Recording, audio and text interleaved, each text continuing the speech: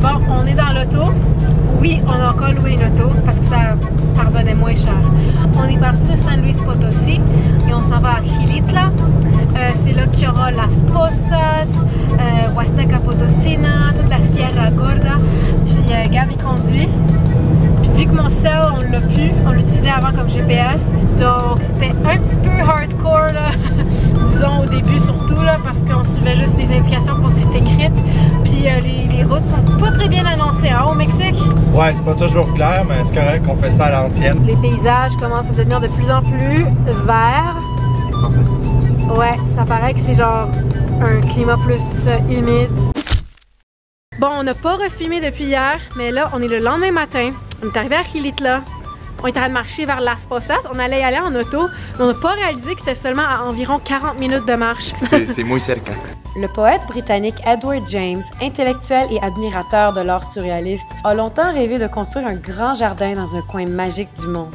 Il a découvert Xilitla avec l'aide de son guide yaqui nommé Plutarco Gastelum Ester et a entrepris la construction de son jardin d'Éden entre 1962 et 1984, en engageant quelques centaines de Mexicains de la région pour bâtir le tout. Finalement, on vient de se tremper les pieds dans l'eau. C'est glacial, mais c'est rafraîchissant. Las Pozas, ou les bassins, se situe dans le sud-est de l'État mexicain de San Luis Potosí, à environ 8 heures au nord de la capitale. Le site est parsemé d'immenses sculptures surréalistes, des marches, des ponts, des passerelles et bien sûr, un réseau de cascades naturelles et d'étangs où les gens peuvent se rafraîchir. Je sais de l'autre de monde, c'est ridicule. Ouais, mais c'est au point où on peut pas prendre nos photos. Bon, on prend même pas de photos. Fait qu'on va vous mettre les photos de Google Images à la place des nôtres. Ouais, parce que Google est vraiment bon pour ça, hein? Ouais, t'as l'impression qu'il n'y a pas un choc pour voir ça. Finalement, c'est comme la grosse attraction touristique du coin.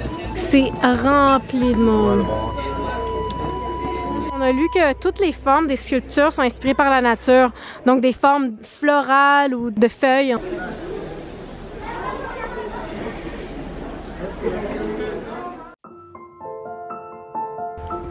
La végétation est à couper le souffle ici. On entend les oiseaux, les perroquets.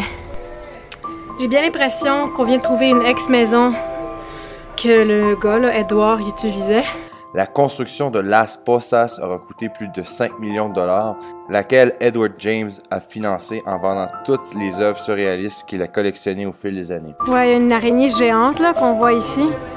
Je vais vous la montrer. La voilà, l'immense araignée est juste là. On la voit un peu mal, mais vous voyez ses pattes. C'est un exemple, je pense, des sculptures inspirées des fleurs et des feuilles.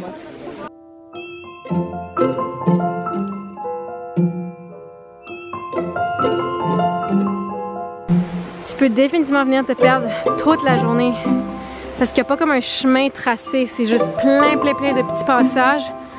C'est toi qui décides où tu vas, ça finit jamais.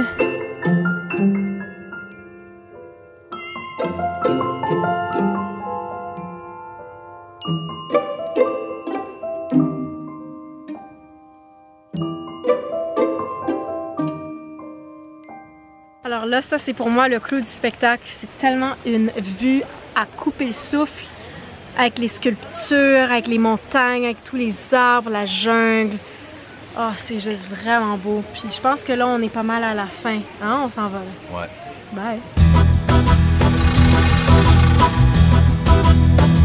Ce petit coin de paradis nous a vraiment surpris et il est encore plus beau en personne. Encore un exemple de l'inspiration de la mère nature. Vraiment un morceau de paradis, hein? Il vous faudra le visiter pour saisir sa splendeur. Venez vous perdre dans les 1001 différents petits chemins et parcours de Las Pozas, baignez-vous dans l'eau cristalline en plein milieu de la jungle et appréciez tout simplement le paysage tropical de l'endroit. Gab perdu dans les feuilles. Pouvez-vous le trouver? Où est Gab?